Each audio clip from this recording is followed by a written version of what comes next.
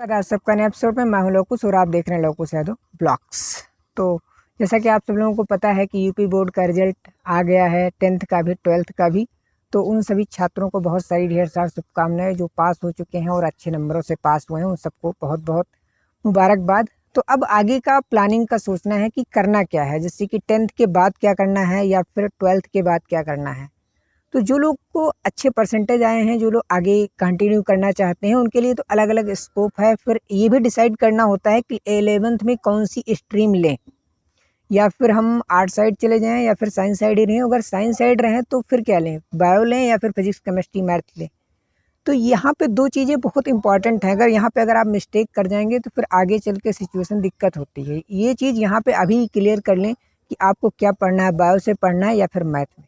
अब ये चूज कैसे करेंगे, ये काफ़ी कन्फ्यूजन रह जाता है, जिससे बच्चे गाइडेंस नहीं मिल पाती। स्कूल में कोई गाइड नहीं करने वाला, पेरेंट्स ध्यान नहीं देते। फिर आगे चल के जब टाइम बीत जाता है तब लोग ये सोचते हैं यार ये तो मिस्टेक हो गया, अगर हमने पहले ये कर लिया होता तो ठीक रहता।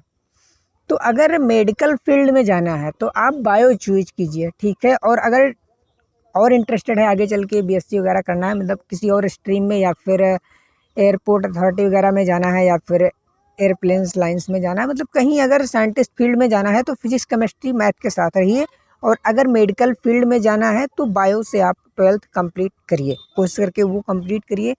और अगर 10th के बाद आप कंटिन्यू नहीं करना चाहते हैं, कुछ लोगों के पास से इनकम सोर्स नहीं होता उतना कि हम कंटिन्यू करें, एग्जाम को पढ़ाई करें, या फिर ये भी हो जाता है कि जैसे आपको ये होता है कि जैसे हम पैसे नहीं हमारे पास, एक तो ये बैकग्राउंड हो जाता है। दूसरा ये भी कि कई सारे लोग ऐसे हैं जिनको पढ़ने में इंटरेस्ट कम है, या उनके अच्छे नंबर नहीं आते हैं, या वो कई लोगों का होता है लगाओ कि पढ़ने में बहुत अच्छे होते हैं, कई लोग हैं पढ़ने में अच्छे नहीं है, किसी तरह करके 10th पास आउट कर चुके हैं।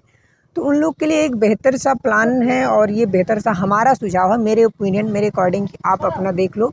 मैं जो बता रहा हूँ आप सुन लो, उसके बाद अगर आपको लगता है कि हाँ कुछ इफेक्टिव बात है तो आप अपने अकॉर्डिंग डिसीजन ले सकते हैं। तो पहला पॉइंट है कि अगर आप कंटिन्यू नहीं करना चाहते हैं, अगर आप पढ़ने में अच्छे नहीं हैं और आप जॉब करना चाहते हैं, क्योंकि आपको इनकम जनरेट करना है, क्योंकि सर्वाइव करने के लिए इनकम बहुत ज़रूरी है। तो 10th के बाद सिंपली आईटीआई होता है।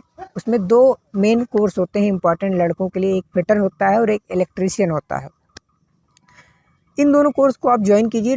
2 ईयर का मिनिमम होता है डिप्लोमा। अगर आप ये कर लेते हैं तो इसके 2 साल बाद ये गारंटीड होती है, अगर आपने अच्छे से पढ़ लिया और क्लास वगैरह कर ली, प्रैक्टिकल कर लिया अच्छे से, तो ये श्योरिटी रहती है कि हाँ आपको 2 साल बाद कोई ना कोई जॉब मिल जाएगी। और जॉब की स्टार्टिंग जो होगी वो 15-20 हज़ार 25 हज़ार से लेके हो सकती है। और आप अच्छी खासी जॉब भी ले सकते हैं, रेलवे में मिल सकता है आपको, या फिर टाटा, सुजुकी, लावा मोबाइल कंपनी वगैरह में।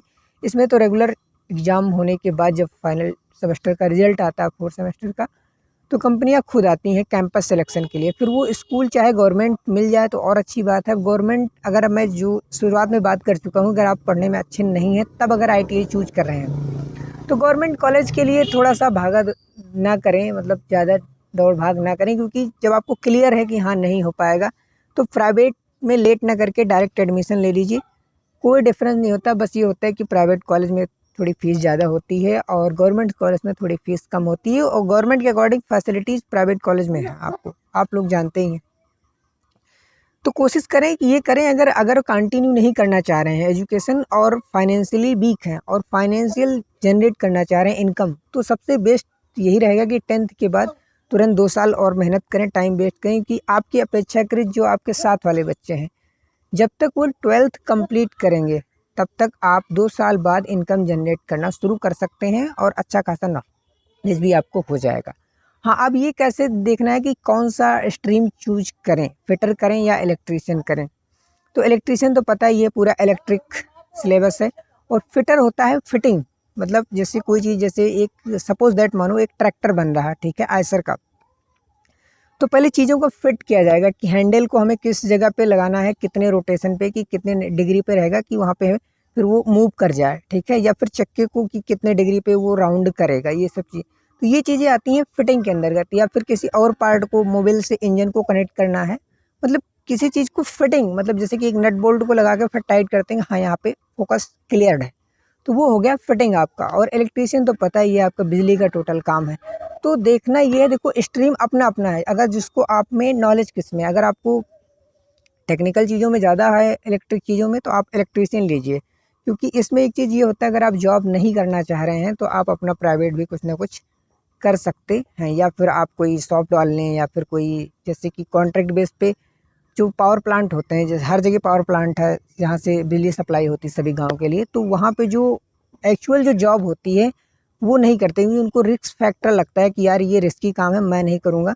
तो लोगों के अंदर जो क्यूरियोसिटी है, जो कम जागरूक है, जिनको नहीं पता, वो थोड़े पैसों के लिए रिस्की काम कर लेते हैं। तो आप भी अगर आप इंटरेस्टेड हैं तो उस तरह का काम कर सकते हैं, अन्यथा आप कोई शॉप डाल सकते हैं या फिर कोई अच्छे लेवल पे काम कर सकते हैं। ऐसा नहीं है, इलेक्ट्रीशियन के भी लिए वैकेंसियाँ आती हैं, लेकिन ये थोड़ा रिस्की काम है। अकॉर्डिंग टू फिटिंग में आप आराम से टाटा मोटर्स में जा सकते हो, सुजुकी में, मतलब किसी भी कंपनी में गाड़ी फिटिंग वगैरह में जा सकते हो। तो वहाँ आपको क्या करना है, एक बेसिक चीज़ दे दी जाएगी कि एक चीज़ पे आपको फिट रहना है, कि आपको सिर्फ हैंडल बनाना है और फिट होना चाहिए वो बस उसके सॉकेट में, तो वो आपको इजीली जॉब हमको लगता है। और बाकी इलेक्ट्रीशियन में तो रिस्क है ही है, अगर आपने रेलवे में ले ली या कहीं भी, तो आपको पता ही है ये थोड़ा रिस्की काम है, करंट लग सकता है, वो सब चीज़ें।